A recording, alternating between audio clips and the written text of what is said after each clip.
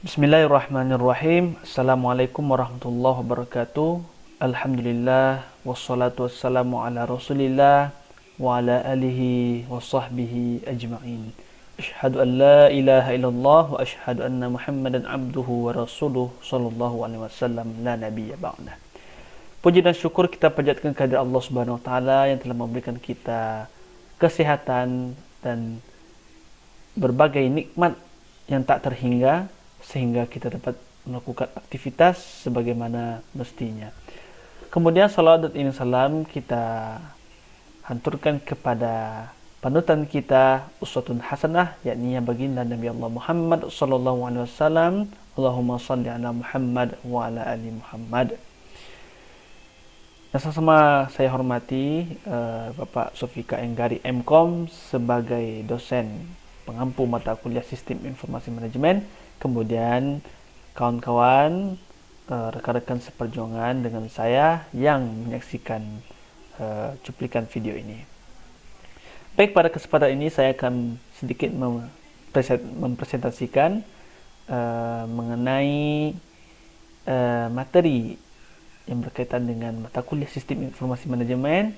Terdapat 6 poin pembahasan kita pada hari ini, yaitu pertama, syarat-syarat sebuah sistem, kedua, komponen sistem, 3, klasifikasi sistem, 4, karakteristik sistem, 5, faktor yang mempengaruhi kualitas sebuah informasi, dan yang keenam, tujuan manajemen dalam informasi.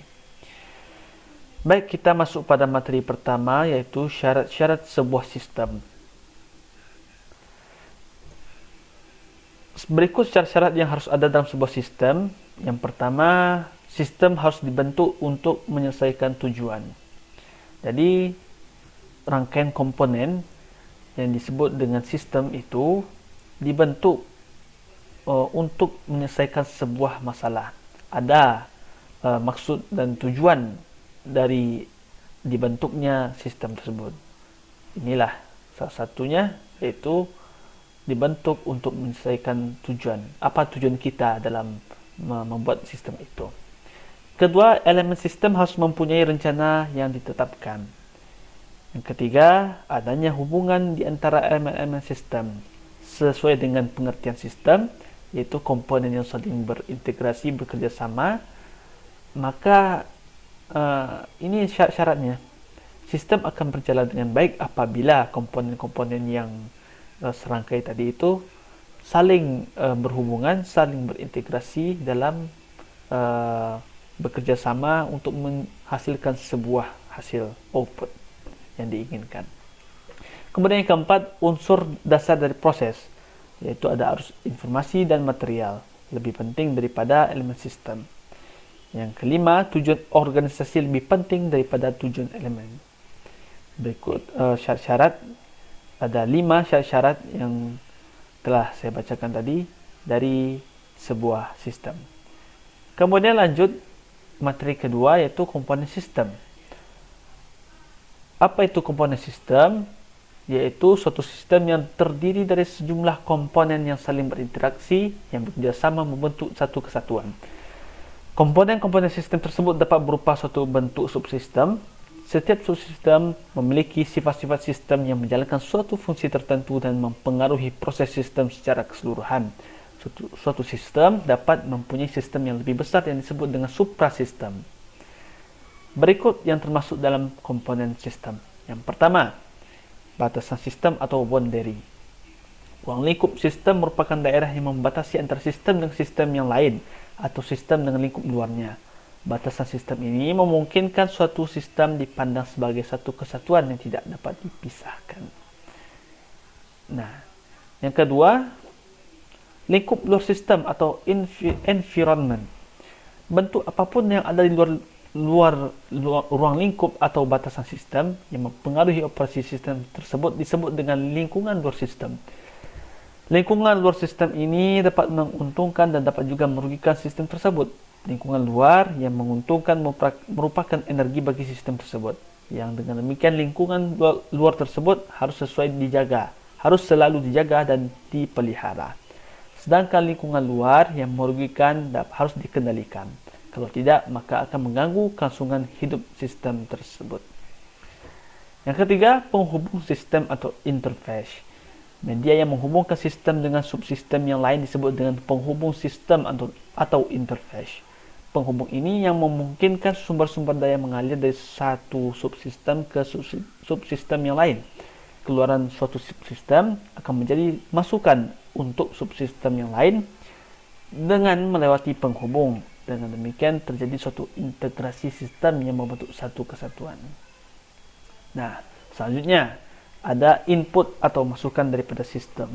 Energi yang dimasukkan ke dalam sistem disebut masukan sistem, yang dapat berupa pemeliharaan atau maintenance dan sinyal atau signal input.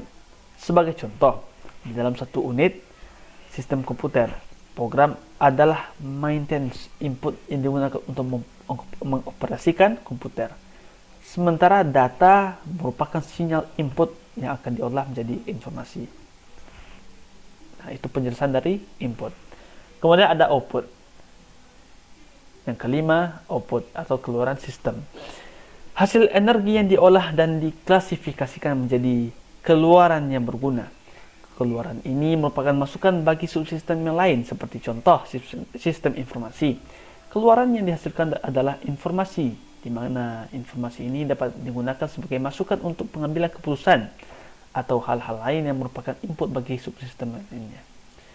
Jadi, output yang dihasilkan akan berguna bagi subsistem yang lain atau bagi manajemen dalam hal mengambil tindakan atau keputusan.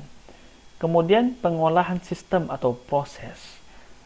Suatu sistem dapat mempunyai suatu proses yang akan mengubah masukan menjadi keluaran.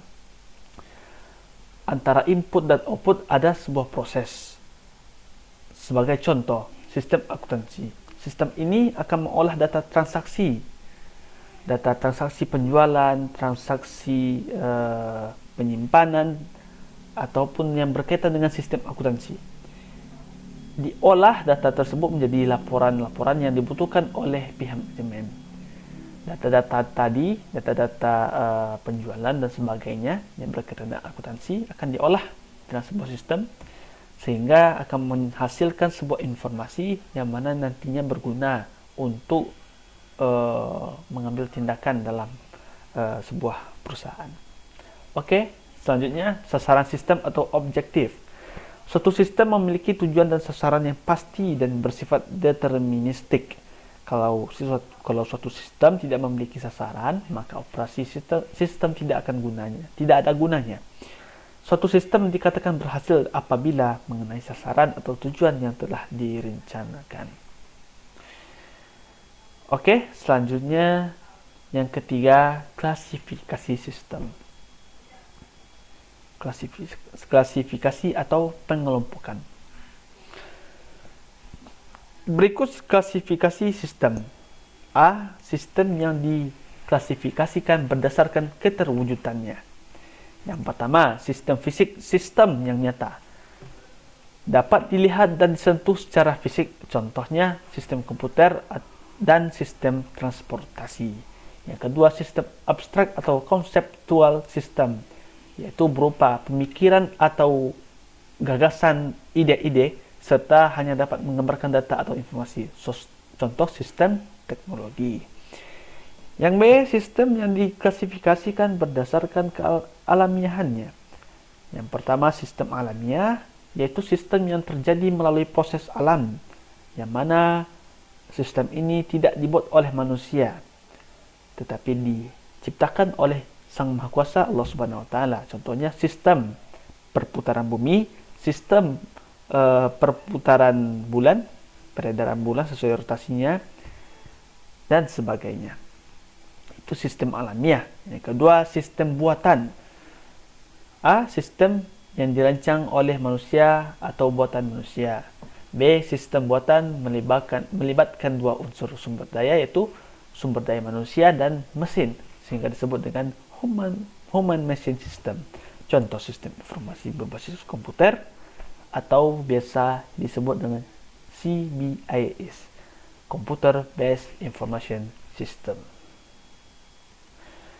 Yang C, sistem yang diklasifikasikan bisa atau tidak mengendalikan operasi.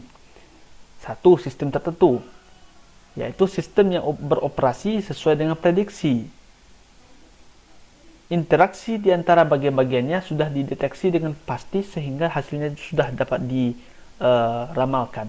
Contoh sistem komputer.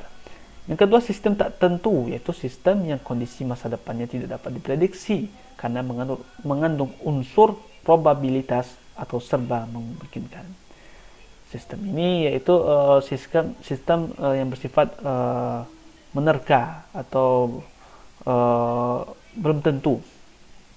Makanya disebut dengan sistem tidak menentu. Yang D, sistem yang diklasifikasikan berdasarkan lingkungannya. Satu, sistem tertutup atau closed system. Yang kedua, sistem yang tidak berhubungan dan tidak terpengaruh oleh lingkungan luar. Tiga, kenyataan di dunia bisnis adalah sistem relatif tertutup atau relatively closed system. Tidak benar-benar tertutup dan hanya terbuka bagi pengaruh baik saja. Biasanya di dunia bisnis sistem itu hanya tertutup, hanya sebagian yang dapat mengetahuinya, yaitu pihak manajemen, pihak pemegang saham, pokoknya yang berkaitan dengan sangkut pautnya dengan perusahaan tersebut. Yang keempat yaitu sistem terbuka atau open system, yaitu sistem yang menerima masukan dari lingkungan luar dan menghasilkan keluaran bagi lingkungan luar maupun bagian-bagian sistem. Yang keempat, karakteristik sistem. Berikut rincian dari karakteristik sistem. Yang pertama, organisasi mencakup struktur dan fungsi organisasi. Contoh, fungsi direktur utama, fungsi departemen marketing, fungsi departemen keuangan dan administrasi. B. Interaksi saling keterhubungan antar bagian yang satu dengan lainnya. Contoh, analisis sistem dengan programmer dengan data entry. C. Interdependensi bagian yang satu mempunyai ketergantungan dengan bagian yang lainnya. Contoh, bagian marketing saling bergantung dengan bagian produksi dan bagian keuangan dan administrasi dalam hal penagihan pada customer. D. Integritas, suatu keterpaduan antara subsistem untuk mencapai tujuan. Contoh, bagian marketing mendapatkan pesanan 100 komputer, tapi hanya mampu menyediakan 50 unit. Maka untuk menangani masalah tersebut diadakanlah kerjasama dengan perusahaan luar atau perusahaan lain yang bergerak pada bidang yang sama. E. Main objection, yaitu pemusatan tujuan yang sama dari masing-masing subsistem. Nah, inilah 5 karakteristik dari sistem. Yang kelima, faktor yang mempengaruhi kualitas informasi. Sebuah informasi akan berkualitas jika 3 faktor ini terpenuhi. Yang pertama, akurat. Berarti informasi tersebut harus bebas dari berbagai kejanggalan atau kesalahan ataupun hal-hal yang menyesatkan pembaca. Akurat juga berarti informasi harus jelas mencerminkan maksudnya. Informasi akurat yaitu informasi yang sesuai dengan kenyataan dan realita yang terjadi. Akurat yaitu informasi harus bebas dari berbagai kejanggalan apapun bentuknya. Jadi intinya akurat yaitu informasi yang sesuai dengan realita yang terjadi. Yang kedua, tepat pada waktunya atau on time. Informasi harus datang pada penerima pada waktunya dan tidak boleh terlambat. Apabila informasi terlambat, maka tidak ada gunanya. Misalnya kejadian hari ini diinformasikan 2 hari kemudian, maka tidak akan menarik lagi karena sudah basi. Informasi itu sudah tidak ada artinya lagi. Karena penerima sudah mengetahui informasi dari yang lain. Ya, makanya informasi yang dari yang disampaikan oleh kita misalnya terlambat, tidak on time, itu tidak berarti lagi bagi penerima. Makanya informasi berkualitas apabila akurat, kedua on time. Kemudian yang ketiga, relevan. Relevan yaitu ada manfaat bagi pemakainya, ada fungsi, ada manfaat dan kegunaan bagi penerimanya. Informasi tersebut mempunyai manfaat bagi pemakainya. Relevansi informasi untuk tiap-tiap orang satu dengan yang lain berbeda. Misalnya saya sebagai pelajar, maka informasi yang saya butuhkan adalah hal-hal yang berkaitan dengan pendidikan seperti knowledge, ilmu pengetahuan, pengalaman dan sebagainya. Dan bagi mahasiswa tidak tertarik hal-hal yang berbau bisnis, karena dia belum tertarik dengan bisnis, karena dia masih fokus dengan ilmu, makanya dia mencari hal-hal yang berbau pengetahuan. Nah, itulah relevansi. Kemudian tujuan manajemen dalam informasi. Maksud di sini adalah tujuan utama daripada sistem informasi manajemen, yaitu pertama, membantu pemimpin dalam sebuah organisasi atau perusahaan dalam hal mengambil keputusan penting. Jadi informasi ini penting bagi manajemen, bagi para manajer, para headmaster, bagi para pemimpin lainnya dalam sebuah organisasi dalam hal mengambil tindakan. Apa tindakan yang harus dilakukan, apa evaluasi yang harus dikerjakan, karena itu dilakukan, tindakan dilakukan apabila ada informasi yang muncul dari bawahannya, muncul dari manajemennya. Nah, inilah tujuan utama daripada sistem informasi manajemen, yaitu membantu pemimpin dalam mengambil sebuah tindakan ataupun keputusan. Yang kedua, yang B, menyimpan data dan informasi yang diproses untuk penggunaan di masa mendatang. Dan C, mengontrol fungsi manajemen untuk menyediakan informasi secara cepat dan tepat waktu.